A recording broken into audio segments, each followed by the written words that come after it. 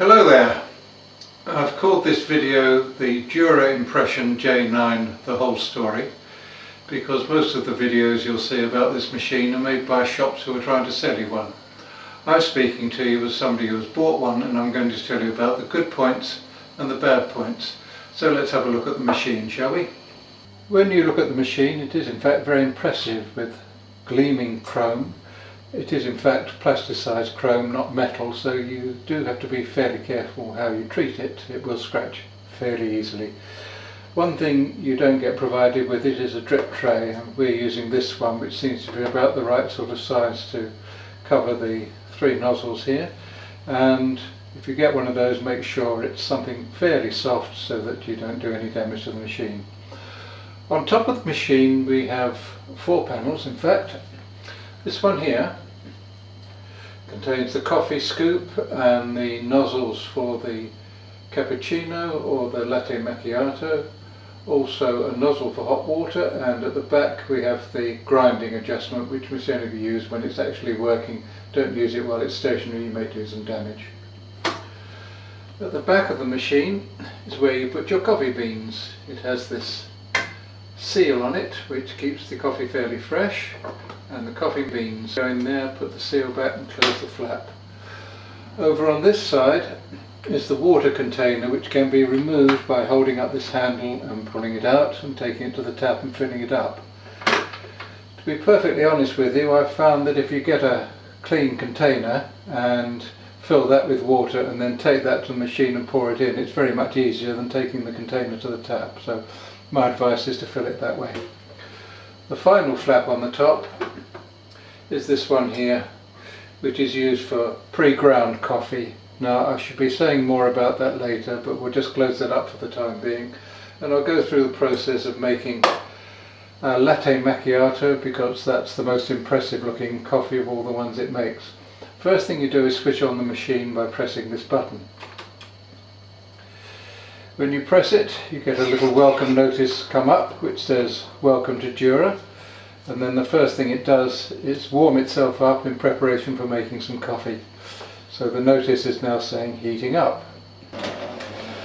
And then, because it's a very fussy machine, it likes to keep itself clean before it'll do anything else, it'll give itself a wash. So it's washing out the nozzles to clear out any coffee from a previous use. And when it's ready for you, it will actually say "Coffee ready" on the display. Like that, and as you can see, you have a choice on the dial. If there's any flickering, don't worry, it's the effect of the video. The machine doesn't actually flicker on the display. Now, going round the various types of coffee it makes, this one here is a cappuccino, this one is a latte macchiato, this one is just for hot milk, and the one at the bottom is for hot water. Going the other side, the one on the top left there is a ristretto. That's a small quantity of very strong coffee. Then you had your standard espresso coffee. If you press the button twice, you get double the quantity, so that's handy if you have a large cup. And the one at the bottom is just called coffee. So what I'm going to demonstrate is latte macchiato, because that's the most impressive one of them all. So we'll go through the procedure for making that. To do that, you need some milk. You can see I have a milk container here.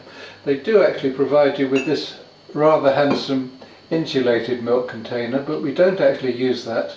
Although it looks very nice, this machine doesn't tell you if it's run out of milk. So although it'll tell you if you've run out of coffee or run out of water, or if it's unhappy about anything else, it'll put a notice up here. If you run out of milk, you won't know about it until the milk doesn't flow, and then you've got a problem. So we don't use that because you can't see how much milk there is left in there, and we simply take the pipe and put it into the bottom of a standard milk container. So that's the milk situation. Now, we're going to make the latte macchiato in this special glass. It's fairly fussy about this. If you can get one with the flat bottom, it works better than one with a rounded bottom, because that tends to make the coffee circulate and ruin the layer effect. So we'll just slide this over there, and we'll pop the glass in here, and I'm going to press the button for latte macchiato, which is this one. Now it's grinding up the coffee beans, and we have 3 beans shown, which means it's of average strength. And now it's going to put in the hot milk into the glass.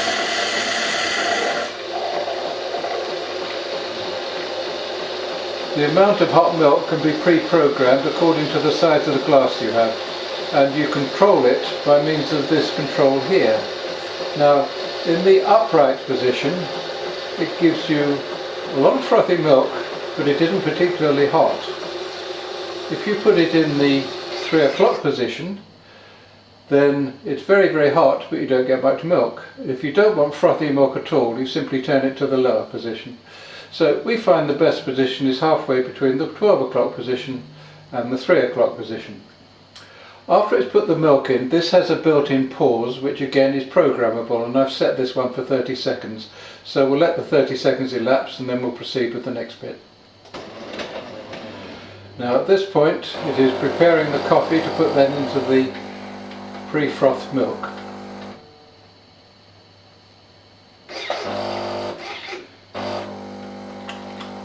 So the coffee goes into the glass, and along here we have a progress chart, and when that bar gets to the end, then the coffee is all in. As you can see, it is forming a layer in the glass.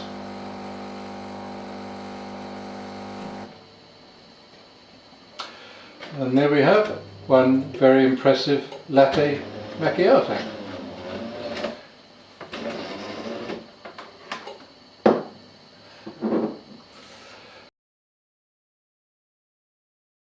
Having made your coffee, this machine is very fastidious and it wants to give itself a clean. So the sign comes up, rinse cappuccino.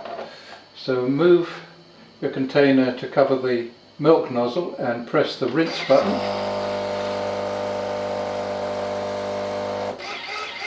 And at this point it will run hot water through that to wash out any stale milk so that it doesn't stay inside the machine.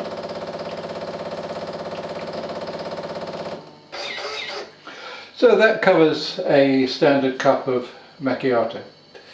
I did say there was a flap here which you can use for pre-ground coffee, because you might, for example, have normal beans inside the machine, but your friends come round and they want to have a decaffeinated coffee. So no problem. You open this flap and take out your spoon.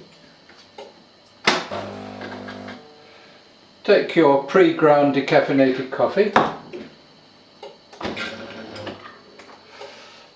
and if you take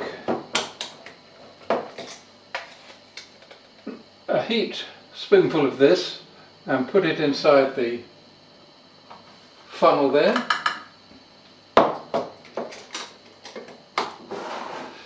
that will now make you a cafe macchiato using the pre-ground coffee. If you have not put enough pre-ground coffee in, the sign comes up saying not enough pre-ground, and at that point you will have to add a little more until it's ready. Now there is a problem with the pre-ground coffee that we've found, and that is after you've made 3 or 4 of them, the whole machine tends to grind to a halt because the nozzle blocks up. There's nothing about this in the instruction book on how you clean it, and I sent a couple of emails to Jura and then finally spoke to them on the telephone, and I'll show you the procedure you have to go through to clean the brew head which has got clogged up with the coffee. This only happens with the pre-ground, it doesn't happen when you use the beans. So this is a rather complex procedure, but I'll go through it. So we take that away and we have to slide this tray out. There are several sections to this. In there is the coffee which we've been using, the grounds which all need to be washed away.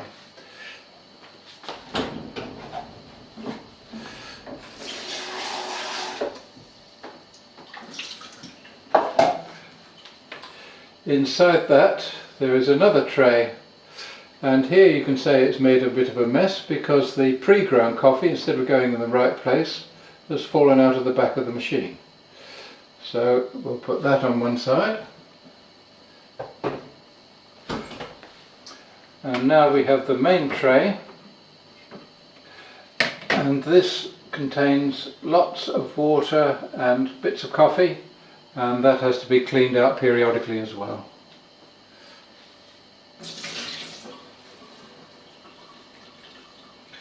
So we'll now proceed to clean all those up, and before we replace them we'll show you how to clean out the brew head.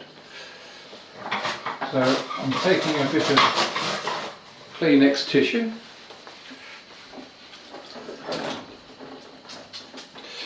and now you have to put your hand up inside the machine. I would suggest you switch it off at the mains before you do this.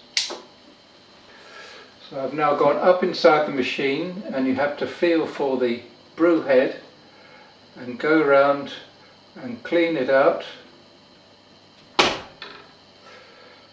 And as you can see, it's pretty filthy in there because the machine does not really clean itself properly when using pre-ground coffee. If I look inside, I can see there's more coffee spilt in here. So we'll now spend some time giving the interior of this machine a good clean.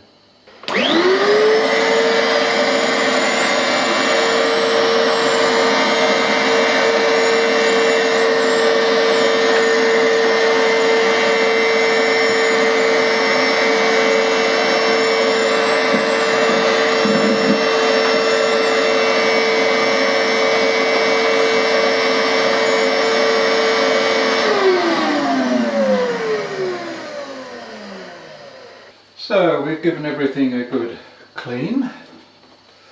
We have the base tray first, then the inner tray which fits inside it, then the used coffee tray which fits in there, and that all slides into place. And finally that goes on there. So that is the Jura Impressa J9. If you're just going to use beans and use it as a bean to cut machine, I think it works very well. But if you do want to use the ground coffee feature of it, I think you might be rather disappointed. There is a note in the instruction book that coffee should not be ground too finely. But this is very good coffee made by one of the best known makers in the UK, and it says it's suitable for all coffee machines, but the Jura is not happy with it. So perhaps Jura should look into the machine and possibly do something about it, because I think that is a fault.